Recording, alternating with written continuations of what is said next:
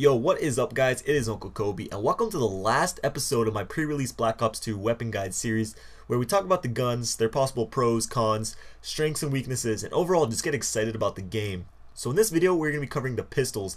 Now in Black Ops 2, remember, you have the option to not equip a pistol or even a secondary in general, and we haven't seen much pistol gameplay at all really, and I would not be surprised if a lot of people just end up skipping out on it and have an extra attachment on their primary or use a wild card and stuff like that.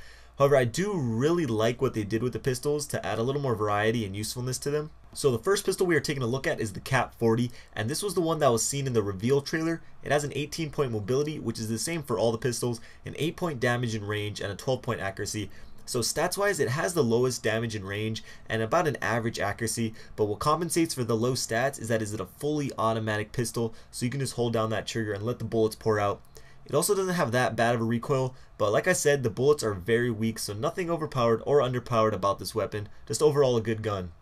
Next we have the TAC-45, and this thing is just your all-around good semi-automatic pistol. Has a 14-point damage, 12-point range, and a 14-point accuracy, so significantly better than the KAP-40. However, if you don't have a fast trigger finger, then obviously it won't be as effective for you, but if you can shoot fairly quickly, I highly recommend this pistol. It has a crazy good damage for being a semi-automatic. However, the damage does drop off significantly once you hit medium range, and then at long range it is pretty much useless, but again at close range I highly recommend it. Up next we got the B23R, which is a burst fire pistol, 3-round burst to be exact, and first thing that I noticed is just the look of the gun. The thing looks pretty damn cool, really futuristic. For its stats, it has a 10-point damage, 9-point range, and a 12 accuracy, so a slight drop off statistically due to it being a burst fire, but still slightly better than the KAP-40. It's going to have some recoil, unlike the Rafka from MW2. However, the recoil will most likely be straight up and down, so pretty easy to control, and it's going to be most effective from medium ranges. Judging by its damage stat, I don't think you're going to be one bursting anyone, so that is a really good thing. Personally, I'm not into the burst pistols, but if you are, this gun looks pretty good. So next we have the Executioner, and this thing is one of a kind. First time I've seen anything like it in any Call of Duty game.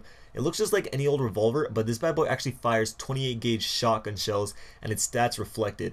It has a 16-point damage, which is just as strong as any shotgun, but it does have a measly 2-point range, which I think is good because if you're going to be loading shotgun shells into a pistol, you better have to be right up next to me to kill me.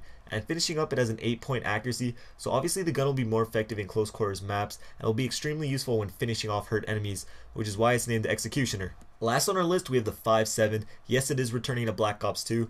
I think we call this a fan favorite for MW3. I see a lot of people using it, but for its stats we got a 12-point damage, 10-point range, and a 15-point accuracy, so pretty much it's just a downgraded TAC-45, but it does have a bigger magazine size. So that might entice players to use it, but I think most people will go with one of the other choices, if they do decide to use a pistol. But just a couple things before I wrap up this video. One, I am really bummed they didn't bring back the Desert Eagle. It's one thing that they skipped out on the M16, but the Desert Eagle is just a classic. Even though I didn't use it at all in MW3, I still wish they brought it back. And lastly, I'm not sure if you remember the multiplayer reveal trailer. It has a clip with a guy using some kind of revolver, and that thing was called the Raging Judge. Well, I think it's safe to say that that thing got cut. It's not in the beta or on that Black Ops 2 class creator app that I made a video about, so yeah, that's just something I noticed. But I hope you guys enjoyed my last pre-release weapon guide video, and if you did, please show your support by giving a like. I know I ask every video, but I really do appreciate it. Just a quick heads up, I know some of you were not able to see the full-length beta gameplay I posted. I had to take it down. I didn't want to get a strike on my channel, and it just was not worth it. So instead, I'm going to be taking important parts of the gameplay and breaking it down and showing you the important information that you might have missed. So expect that video to come out later this week. This was Uncle Kobe. Thanks for watching. I'll see you guys later. Peace.